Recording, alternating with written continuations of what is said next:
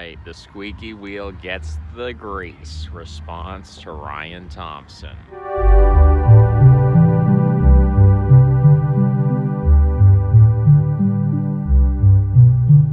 So Ryan writes, doesn't engage with ideas, problematizes them, complains someone doesn't want to listen to him. Why should you listen to someone who doesn't actually engage with ideas and then accuses him of doing the same thing? Well, I think this level of abstraction where things are just ideas devoid of any kind of political context is a little bit ridiculous. I think it's a very secular, atheistic way of viewing the world. So, if I presented you a bunch of same-gender erotica, and I said, this is an idea, engage with it, you'd say, that's not just an idea. That is an aesthetical, emotional, spiritual, even thing. It is not merely a proposition, but it's actually something with like a will behind it, right? And that's kind of what I'm saying here is we have to take note of our directionality. We can't simply say things like, if you were fat, is that something that you have to engage with? If you say, I think this about genetics, or I think that, and I say, well, you're fat, would you say, okay, I'm not going to engage with that? Does that mean you're avoiding the debate of whether you're fat or not? No, it just means that things can be focused on, and they have to be. We can't, this idea that we're just going to say things that are true and things that are true should be said necessarily, and it's completely like, well, whatever the statistics say. The problem with that, I think, is that we've seen statistics can be narrow, and information itself is useless without organization. So we have to determine our priorities and goals before we can even look at information. This idea of the aperspectival man who's just, well, I'm just going to be a blind, neutral scientist and look at the data, and whatever the data tells me, I guess that's what I believe. That's my worldview now. No, that doesn't actually work. That's not how human beings work. We are alive not because of data, we're alive because of our will to live. And as soon as that will to live goes away, we stop living. Doesn't matter how much data you pile on. You can't convince someone to live, which is kind of the problem with arguing someone like Ryan. I don't know that he wants to live. I think, I've spoken to antinatalists before, and I think antinatalists and racialists share the same kind of philosophical pessimism where, for the antinatalist, it's a little more intellectually consistent, but for the racialist, there's still this tinge of, the world is just bleak and terrible and everything's bad. And you just have to look at the data, and if you just see the truth, you'd know that things are bad and terrible, which, I don't believe. I don't think that's a legitimate perspective. But we're going to read through all of it, because if you post, several essay-length comments, I'm forced. It's in the contract. I have to read them. He says there are genetic differences between races with regard to intelligence, R versus K, physical attributes, skull size, impulse control. I did not consider myself an expert. The true test would be finding a flaw in Richard Lynn's research or the research of Edward Dutton. What did they get wrong? Well, I'm glad you mentioned both of them, because they are like the only living, and Richard Lynn, by the way, he was like 90 years old. He's almost dead, okay? Richard Lynn's almost dead. Edward Dutton is an odd fellow, to say the least. And I consider both of these people to be fetishists.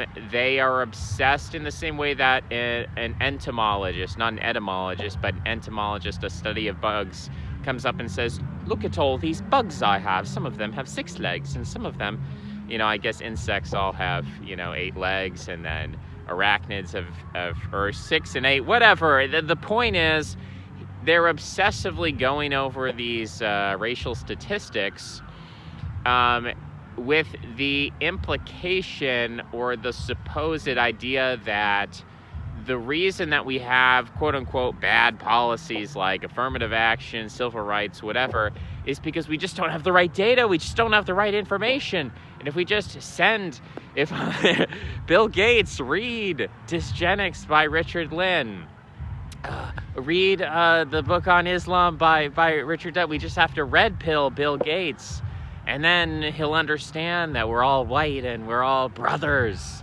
Okay. What did they get wrong? What they got wrong is a total misunderstanding. I mean, look, there are a lot of fetishists out there. Some people have catalogs full of pictures of feet. Some people like to study bugs. Some people like to study planets and the stars. And the kind of mindset that leads one to be a fetishist, I'm not going to criticize the hobbyist, the person who's sort of obsessed with trains and maps, because I like maps and I've spent time and money on maps, and so I'm not going to criticize that, but I am going to criticize the lack of the understanding of context and what is the purpose of this fetishism. We have to put it in its proper place and understand that this is a personal obsession. This is not a political philosophy. This is not a path to power. This is not a legitimate worldview in a wider moral sense. We have a moral obligation not just to quote unquote tell the truth. I think, again, that's a very shallow, superficial contortion and perversion of the truth. When you present things, the truth has to be married to what is good. You know, if you're just obsessively quote unquote searching for the truth, entomology is true. You know, there's a true way to color a train set or to paint, a model plane. There's a true, like, all of these things are quote unquote true. We have to understand the organizational context of information. If you throw an encyclopedia at me, Grey's Anatomy, and you say, here's a bunch of true stuff, it's like, what is the context in which we're examining this? What's the context? Completely ignoring that. And there's no answer. There's no answer to that. There's no theory. There's no understanding.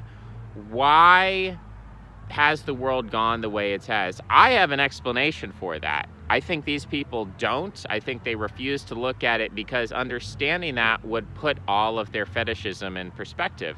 That obsessing over black people in this hateful, resentful, arrogant, narcissistic way, you're basically trying to make yourself feel better because you don't have any power, because you're a weak person, because you're a flawed person.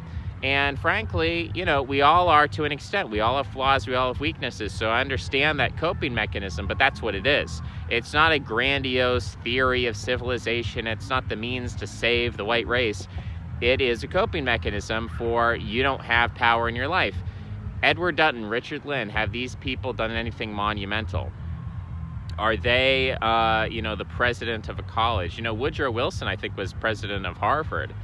Being president of a college is a very significant achievement. What are these people? They're tenured professors. Out of how many millions of tenured professors? By the way, not even American, right? So you think of all the millions of tenured professors in the world, and yes, these are 2 tenured professors in the world, and they're obsessively cataloging racial differences in attempt to do what exactly?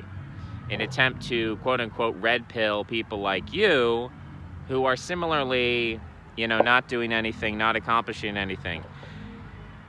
I talk about this. Why do I talk about this? Because I don't think this person hates me for being Jewish, and I think this is like a fetishistic exercise for them. But I think maybe there are some people, I believe that the 99% of people, you can't change their mind on any given issue. you know, I had a debate on the flat earth, and I went into it knowing my opponent wasn't going to change his mind. I wasn't going to change their mind. 99% of the people in the audience either were with me or against me. You know, let's say it was a 50-50 split.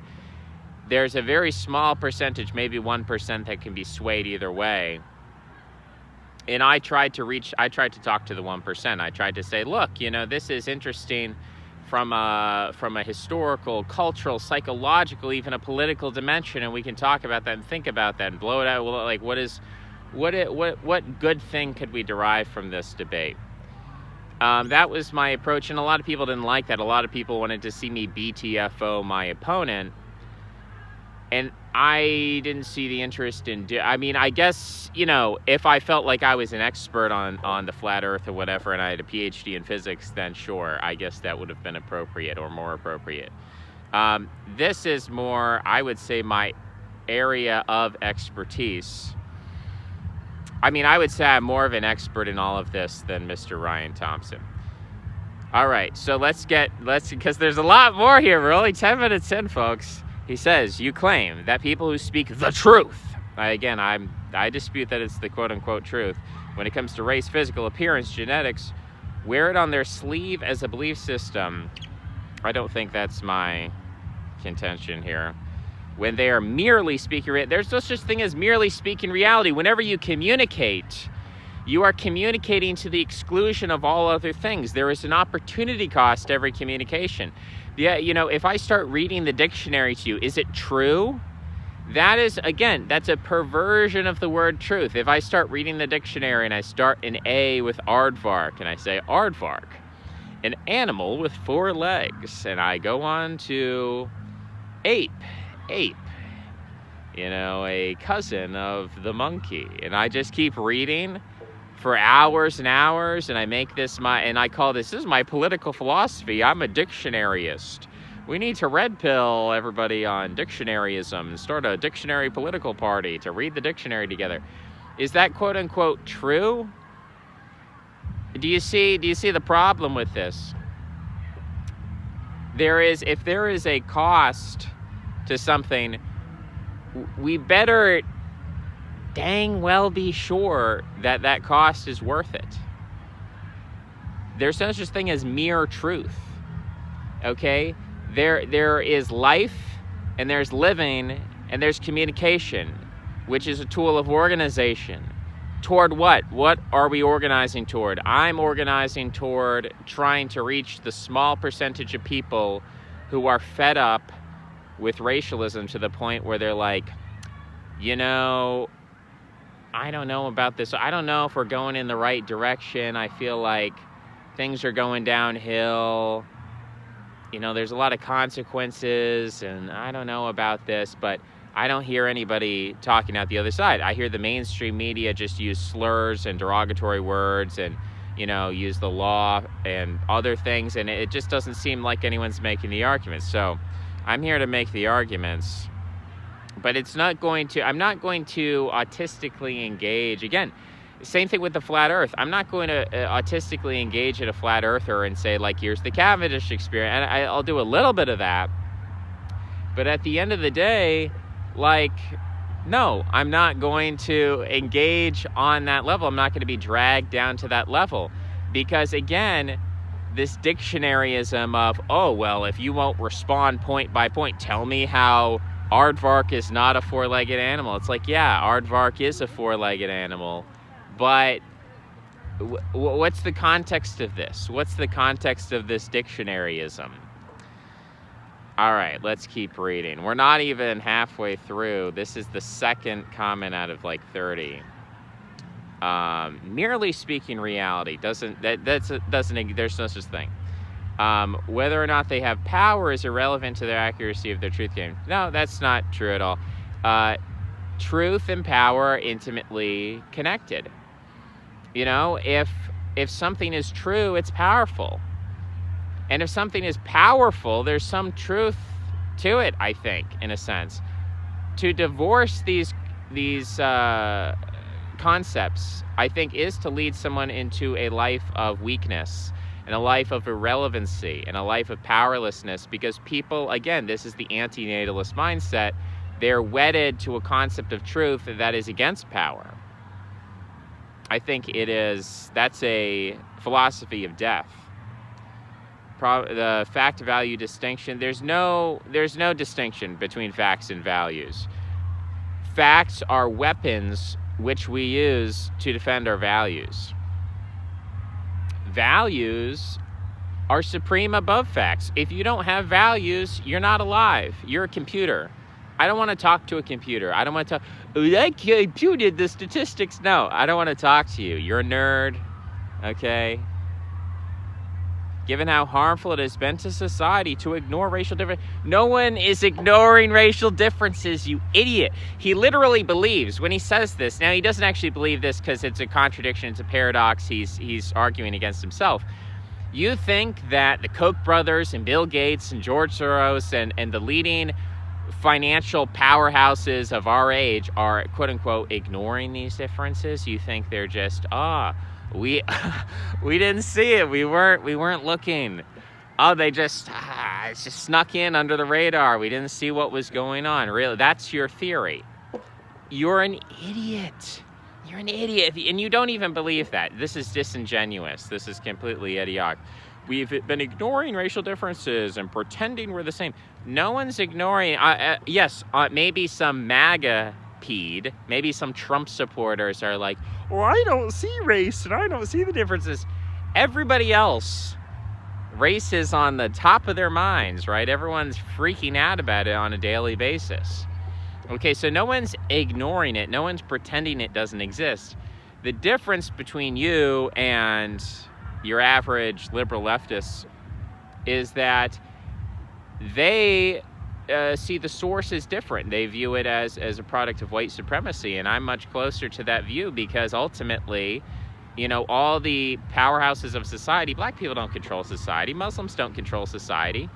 We have a global society, and the people who control that are primarily white and Jewish, and they've defined race for the last few hundred years since Europeans started colonizing the world. They've defined these racial constructs, and they've defined mass immigration, starting with the Atlantic slave trade was a form of mass immigration. Why was that done? For economic reasons.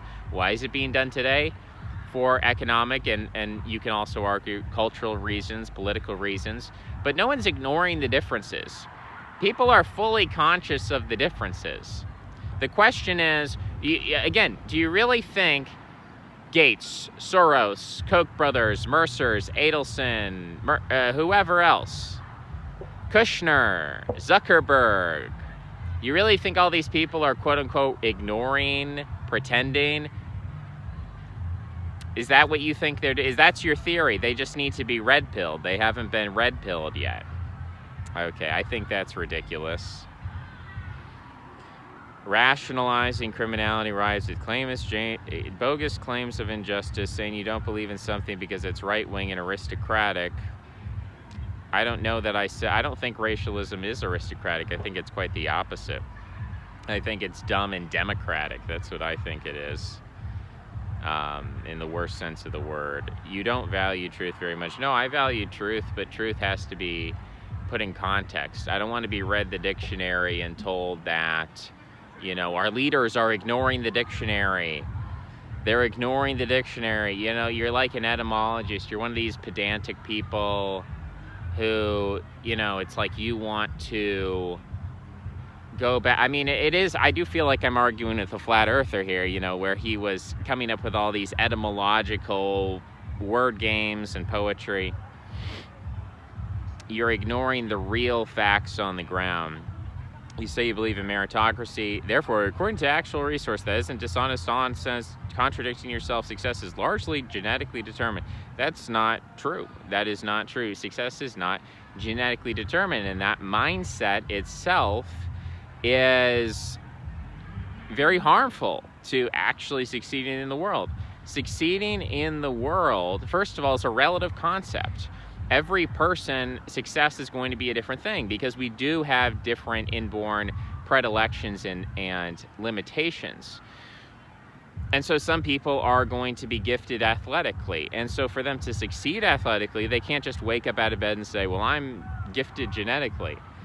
they actually have to focus on everything else besides genetics. Genetics is the one thing that we can't change. We can change everything else. We can change our environment. We can change where we live, who we spend our time around with, what we focus on, our behaviors, our habits, our character. We can change a ton of things. We can't change our genetics. And so if you want to succeed in the world, genetics is the last thing you want to focus on.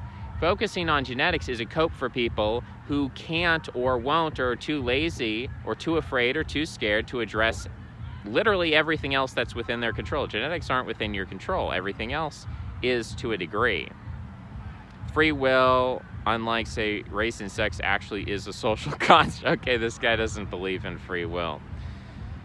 That's a terrible thing. He's been forced by God to write these comments.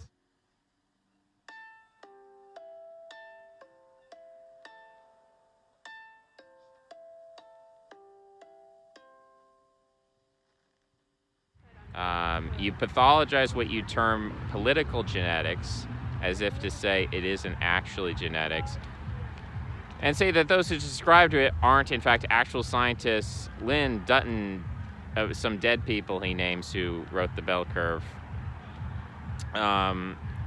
left behinds with an inferiority complex. Yeah, that is what you are. This is a myth, a category of your mind which is not conveyed now.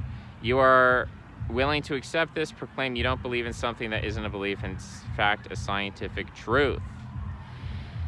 With regard to this whole thing where people claim to be like the real scientists, like the mainstream science is wrong, we've done the real science. It's just devoid of any kind of historical understanding of paradigms. Science is an obfuscating term.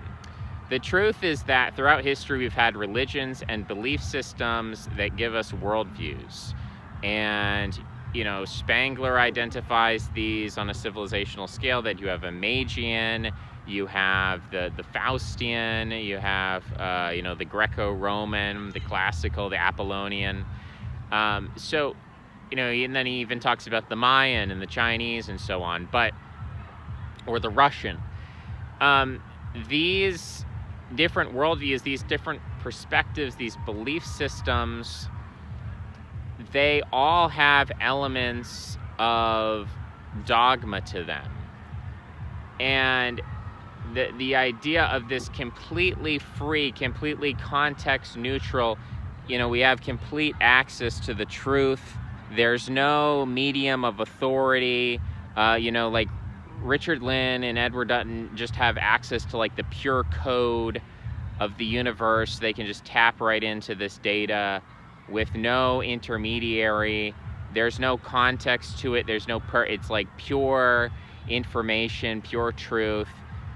This doesn't exist. I mean, it is a product in a sense, again, I would say, of secular atheism. I don't think any of this can really exist without secular atheism, because secular atheism, and to an extension this science cult that this guy worships, is a product of this kind of thinking, that you can have truth and facts and information that is separate from religious authority, that's separate from God, that's separate from purpose. This guy doesn't have any of that. I mean, if he is, I highly doubt he is religious, and if he is, he's very bad at it. With regard to the last few minutes, giving life advice to people who are competent scientists and researchers seems rather strange. Not that you aren't successful. Why do they need your advice to lead a good life? What is your scientific evidence? Show me the study that people who subscribe to such views are chronic underachievers who aren't happy with themselves.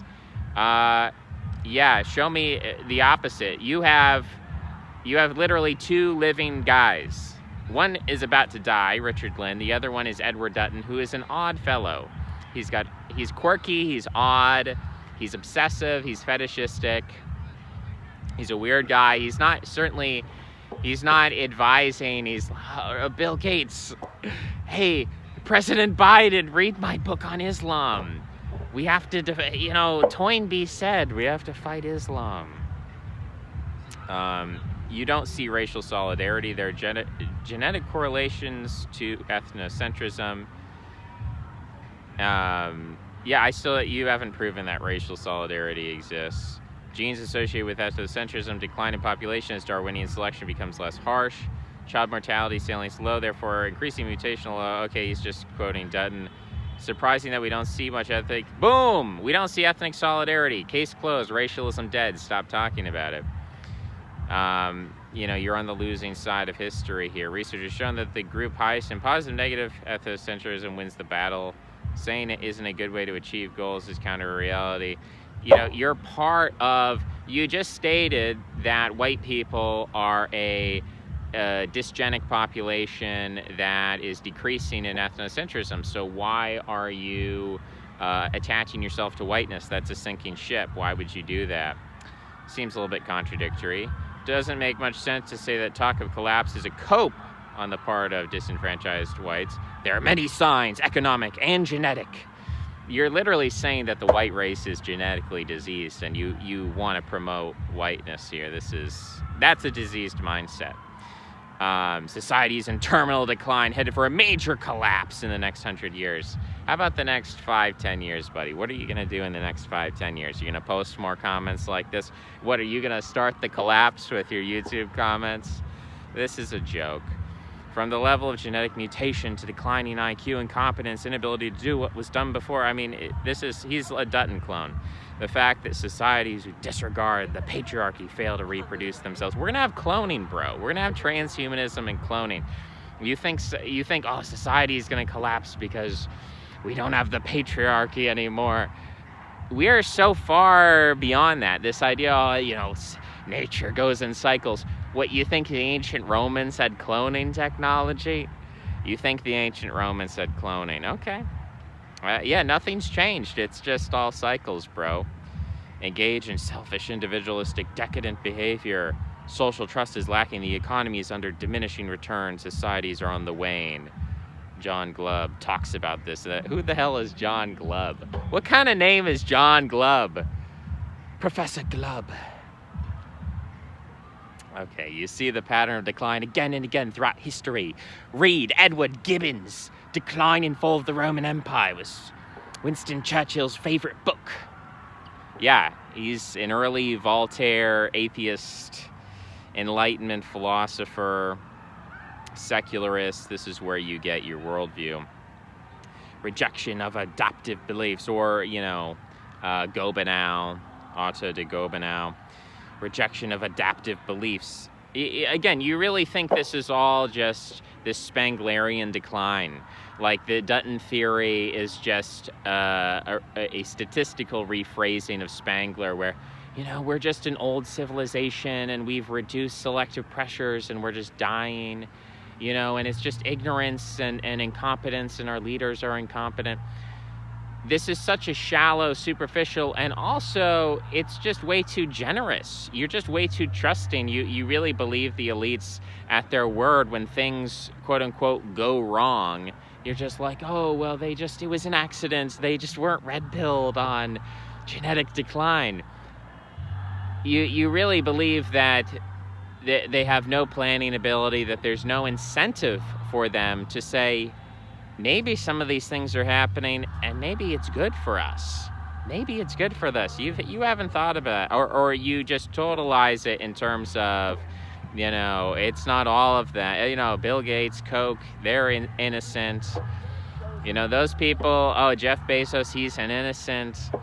He's being brainwashed by the tribe. So that's, you're basically a Jewish supremacist. In that sense, ironically. Rise of feminism, reversal of gender roles, failure. Why do you think that was an accident? It's not an accident. It has economic causes. It benefits the elites. All of these things are logical. They're just not benefiting you. You are some middle-class white dude somewhere, and it's not benefiting you, and so you think, oh, they just don't have the right information. We just need to red pill them. No, this is everyone, like, you think you've cracked the code and figured it out, and if only people would listen to me and our elites. You think like Pete Buttigieg is like he rules America or something. You think that the average politician, you think Joe Biden is like the effective ruler of the country, that decisions are being made by him and it's all cooked up in his brain. We just have to red pill Joe Biden. He's been brainwashed.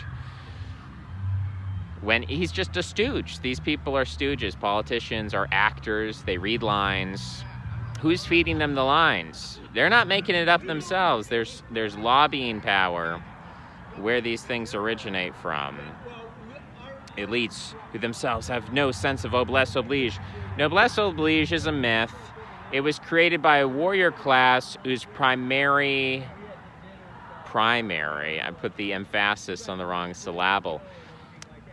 The primary economic mode of production for the warrior class in feudal Europe was serfdom. And you don't poison your serfs. You want them to reproduce. You want them to be Christians. You want them to be controlled in a economic production of manual labor. And so there's a certain morality that you promote. It's not the same as a pagan Viking morality. It's not the same as a postmodernist, post-Christian morality. Different economic modes of production result in elites promoting different moral codes for the populace. There's nothing new under the sun. Well, that's BS. That's anti-scientific. Actually, a lot of new stuff is happening. Take your head out of the sand. Accepting the fact that because of the Industrial Revolution. Whoa. You mean the Industrial Revolution that the Greeks had? You mean the ancient Egyptian Industrial Revolution? Nothing new under the sun, bro. It's all just cycles, bro. Spangler, bro. The vulnerability of the system is all that much greater. There is so much further to fall and so much chaos to ensure because, yeah, I agree. There's a lot of stuff that's going to happen. The system's not going to collapse in 100 years. You're going to collapse. You're not going to have kids or... I mean, that's my guess. If you do have kids, I feel bad for them, that they're being raised by someone like you. The system has allowed for opulence and living even more unnatural than what came before. Science isn't natural, bro. You think science is natural? We love it. The decline in mortality, salience. We are more weakened and mutated and unable to deal with it. No, we're perfectly able to deal with all of this. We're perfectly able to deal with everything. The question is, where's the will? What's the desire? That's what you have this one-dimensional view of the world where there's good and bad, and everybody wants the good thing, and the only reason we don't have it is because people are incompetent. Incompetence is not a good, sufficient, simple, or logical, rational reason for any events going on in the world today. You obviously are not very competent because you haven't engaged with the mainstream apparatus. If you go into a university, you're going to find very competent, smarter people than you. I know certainly if I go into any university in America, I'm going to find brilliant people. Okay, maybe that's an exaggeration. If I go into decent, highly rated universities, I'm going to find brilliant people, way smarter than me, way smarter than you. They can run circles around us. And this is the minoritarian position, which is that it doesn't matter that the majority of people are stupid. In Sparta, the majority of people were helots, and they were slaves. And that just because you had a bunch of helots and slaves didn't mean that Sparta was going to collapse. Similarly, the fact that America is filled with, American idiots and patriots and Trump, QAnons, doesn't mean that America is going to collapse, because collapse is not the result of slow degradation, salience.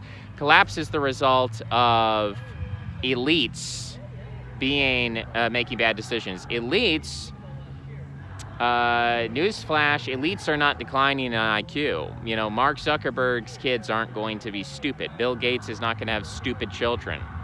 Okay? These phenomenon that you're talking about, this idea that it's all the same, that if average intelligence declines, necessarily elite intelligence declines. That's not actually how it works. That's not how it works historically in the ancient world. That's not how it works now. And these theories of Roman decline and things like that, it's just not accurate. It's just not true. It's this projection onto reality that doesn't truly take stock or understand what was really going on. It's ignoring the religious context. It's ignoring the economic and cultural context that the Roman Empire had basically extended itself to the point where it lost its core identity. And that wasn't a function. I mean, again, you can reduce everything to genetics, I suppose, if you want to. I don't think that's an accurate way to view the world. I think that you had a complete disillusion of the values. It wasn't that the Romans didn't have access to truth. It's that their concept of value was diluted, and ultimately the decisions that were made by Caesar, for example, to bring Gauls into the Senate, that I don't think this was a result of this genetic determinism. If it was true, it still wouldn't be a good model for how we should conduct ourselves here in the now. But it's not. It's still not true. The regression to the mean that goes on, it doesn't allow for these this idea that, if you have a couple decades of, because if you think of the difference between the height of Rome, the battles of Carthage, and then Julius Caesar, when he's inviting Gauls into the Senate, you really think that somehow in those 300 years there was this huge decline that was going on of people. No, it wasn't a genetic decline. It was a decline in values. I think these arguments would have a lot more weight if they were coming from a psychological perspective, because again, you want to talk about alleles. Allele frequencies don't change according to a random pressure like that. Now, if you're maybe being more aggressive, here's what I'll say. There's positive attractors and negative deflectors, and stating that opulence is a negative deflector on a statistical basis is going to be much weaker than a positive attractor. If I'll give you a specific example, if I tell you, go run towards something, that the statistical outcome of that is going to be much more consistent than if I say run away from something. The degrees of freedom are much different. And so basically what I'm saying is it's much easier to develop, say, lactose tolerance in the population of the Falani, I'm forgetting the pronunciation, in Nigeria, than it is to say, don't be something. A positive attractor is stronger than a negative attractor. And so while it's possible that maybe you could create a population that was lactose tolerant, in China or something like that over the course of 300 years, it's a lot harder to destroy people's capacity for intelligence in the course of 300 years, is what I'm saying. That's my argument. You are correct that the modern nation state is shaped by geography. I don't think that's my primary definition of the modern nation state. It's true that the ethnos which shaped these states has genetic correlates. There are also genetic correlates with regard to the level of social organization. Those who are K-selective evolve for a hard but stable ecology. Those who are R-selected evolve for a plentiful but unstable ecology with various graduations in between. It isn't that we're all evolved for Papua New Guinea and then comes along the construct of civilization. Right, yeah, civilization is a social construct. And the idea that humans, just the fact of human migration in the first place, I think, shows the importance of the decisions that we make over a pure genetic determinism. The fact that there are people who chose to migrate into different areas of the globe, I think that is more important at the end of the day than some kind of deterministic thing, because they all came from the same genetic root. So the idea that it was, I mean, they're relatively, I mean, the bottleneck is very small. And so there's not a lot of variance within that population to determine those people who are going to leave versus those who are going to stay. It might have an impact. But again, in terms of the modern day, I mean, I'm much more sympathetic, for instance, to, you know, looking at the difference between Homo neanderthalis and Homo sapiens, as we have genetic explanations for variance in behavior as a kind of ancient anthropological reconstruction of history or something like that. But then to say that somehow this is the relevant power dynamic of the present day. No, it's not that we have black billionaire elites versus Islamic billionaire elites versus white billionaire elites. That's not the situation that we find ourselves in. So talking about the strengths and weaknesses of those groups is not relevant to successful politics. And then he says some stuff about how I don't engage with him. Sound bites, reason and evidence, hand waving. Then he says, no true Scotsman. I have no clue why that's being brought up. Genetics is a belief system, therefore I don't believe in it. I think that's a weird phrasing. What I don't believe in any... No, we believe in belief systems, but we have to decide which authority we're following based on our values. What are your values here? You're using clairvoyance in order to determine it isn't helping me. Models show that the most ethnocentric group wins the battle for group selection. You're not part of an ethnocentric group. You're a weird, confused, lost person on the internet. You're not winning the battle for group selection. I'll tell you this, posting, you know, walls of text in my comment section is not winning you the battle for group selection. Ad hominem, alleles are not an abstraction. IQ is not a social construct. IQ is a social construct. Word salad. Genetic differences between people's races exist as a part of reality or they don't. They are demonstrable, physically quantifiable, and scientifically proven. In other words, not a creation of society. Well, yes, they are. They are ultimately a creation of society. You think by evading, denying, you have transmitted an idea beyond my comprehension or pretending that something is created by people's society rather than nature itself. That is the dumbest thing I've ever heard. All group selection is a product of society. It is by definition not a product of random nature. This God of nature that you're talking about doesn't exist. You don't believe in it, otherwise you wouldn't be advocating for these ideas, because if it was simply natural that everyone was a racialist, then there would be no argument to be had. You know, again, these appeals to nature, the God of nature, it's emotional claptrap. It's a weak religion. It's a weak theory of the world. I'm not worshiping this God of nature. That's not what I'm doing. I'm actually pursuing the good. I'm not just pursuing, well, you say it is natural for animals to do this, and we're animals, and therefore we should also do this, and bumkiss that nobody agrees with me, and everybody thinks I'm a weirdo, but I'm just gonna keep posting all of this. To attribute this to either stupid or dishonest behavior on your part to understand something beyond my comprehension, testament to your stupidity, ego, disagreeing with you because your position is flat out wrong with me not understanding, complete navel-gazing solipsism, meaningless word games, an attempt to deconstruct the factual truth from a tribesman. Reminds me that John Cage's 4-9 isn't music. Okay. All right. Well, I think that's enough for now. 43 minutes. Let's see.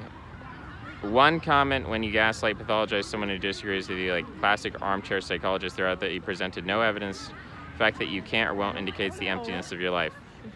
That's not how it works, bro. It doesn't work when you obsessively repost Dutton arguments onto my YouTube channel. Doesn't indicate the emptiness of my life, but I hope there are some people out there who gleaned a little bit of the truth. The truth is that his political theory is that I'm about to destroy somebody in a second. Someone's going to be destroyed. But no, I hope that people understand there's a context to the truth, right? We can't just talk about the truth in the abstract. We can't just read the dictionary. We need values. We need political theories. We can't just say, Bill Gates and the Koch brothers and Mark Zuckerberg and all these people are ignorant. They're pretending something doesn't exist. They're genetically incompetent, and that's why society's bad.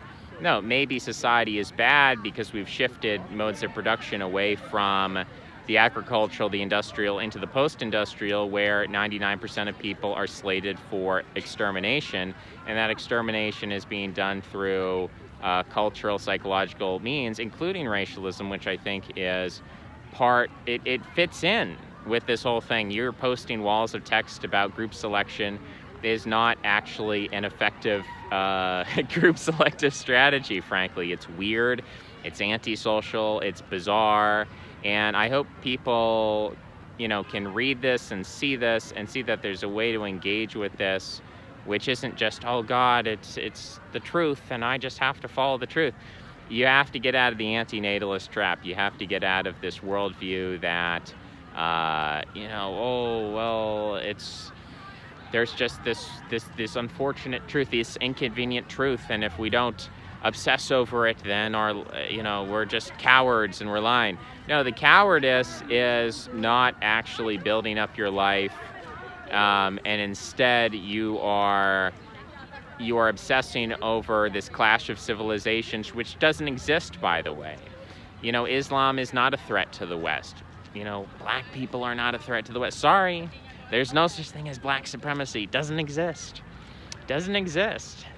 Okay? What exists are, you have a coherent elite, and I've listed some of their names, but you can look up the richest people in the Forbes list. There's a coherent elite. They're not Muslim. They're not black, okay? They they have a certain diverse background, but they are not, the problem here is not a problem, we have too much diversity, or if only we could achieve homogeneity. Well, you look at the people who are actually making the decisions, and that's not the issue. Also, the issue isn't that they have low IQ. These people are smart, okay? And you are dumb. So thanks for listening. Hope you enjoyed, and I'll see you next time. Bye-bye.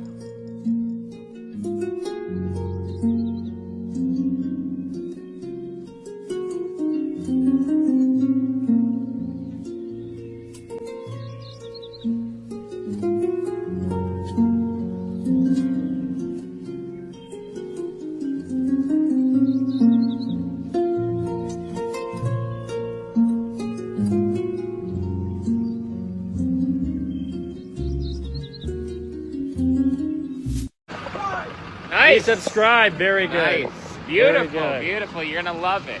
If you love autism, you're going to love my channel. Okay, great. All right.